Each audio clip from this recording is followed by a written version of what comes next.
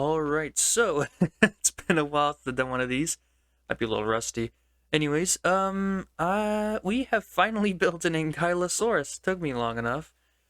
And, well, let's just take a look at him, why don't we? I mean, as somebody pointed out, the head is a little big, but in order to fit in the details, like the side, like the head spikes behind the eyes, I guess you call them bumps, not really spikes, but regardless, there's like every single, like even from the Jurassic World to a realistic variant, they have these little bumps in it, so I wanted to get that in, obviously, and so it kind of required the head to be this big, which is fine, you know. He's a little big-headed, but everything else, looking from the front, we can see he actually looks like a realistic, like chunky Ankylosaurus with like a wide beyond his legs, so like frame sticking out with all the extra stuff. And I mean, I think it just looks really good. I really like how this turned out. The intermittent, like, I don't know what to call it, interrupted pattern of osteoderms and little bumps in between. And I know there's not really supposed to be row spikes in the middle. It looks awkward, and it makes the model look very inconsistent if I don't have some bumps, at least a little bit on top. Because if I could put some like scattered on like the smooth bits, and I would, but it just doesn't look right. I can't do that, and so I have to do this. It's fine. It uses the Pseudoceratops legs, because I think those work pretty fine for this model.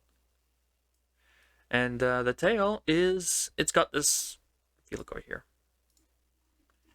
So the joint right here is a little different. It's because this is more like the loose and with a wider swing attachment point to allow for, well, obviously, oh my god, that for some reason doesn't go with it. Weird. Oh, what the heck? I grabbed two different ones somehow. Okay. That's weird. Let's fix that. Come on. There we go. Now it should work. That was really strange. Good thing I noticed that. It's like, see, it's got a nice wide swing. It bends a little farther than it should, but I feel like having it be more flexible is going to work a lot better for the whole Ankylosaurus, Whatever you'd want to do with an Ankylosaurus is what I'm trying to say, break some ankles, all that fun stuff.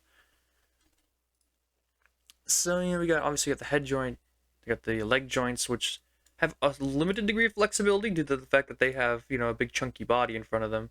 But hey, I mean, what were you expecting from an Ankylosaurus? I think they turned out really well.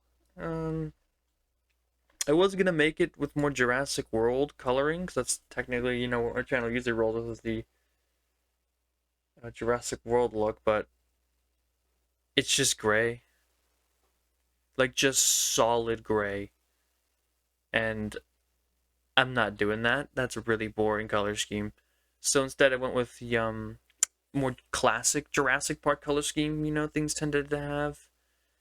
Like the Raptors and the T-Rex had like brown.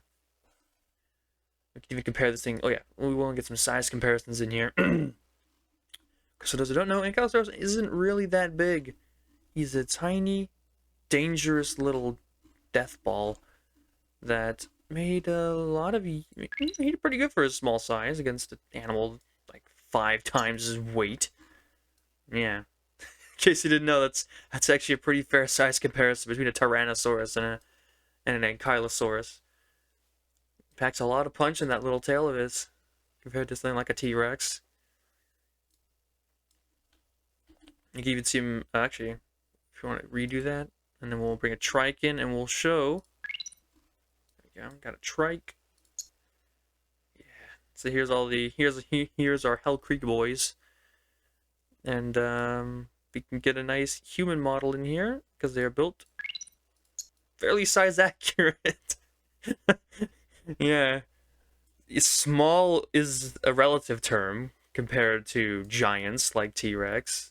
Ankylosaurus is still a massive animal that can weigh several tons. And would be one of the largest animals alive, the largest terrestrial animals alive today. It's always fun to think about that. Small for a dinosaur is the key phrase when talking about something like this. But yeah, this is my little man. He is the Ankylosaurus. I will call it the Jurassic World Ankylosaurus because it's really easy to just change it into one if you want to by just changing out the bottom row of spikes. Like, that's literally it. Like, you change out these things and put like triangular pieces with like spikes in them. If you really care about it being 100% like super accurate to how dumb the Ankylosaurus in Jurassic World look.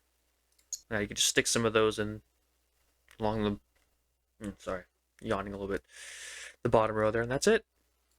So yeah, this is my quote-unquote Jurassic World Ankylosaur, and I'm pretty happy with how it turned out.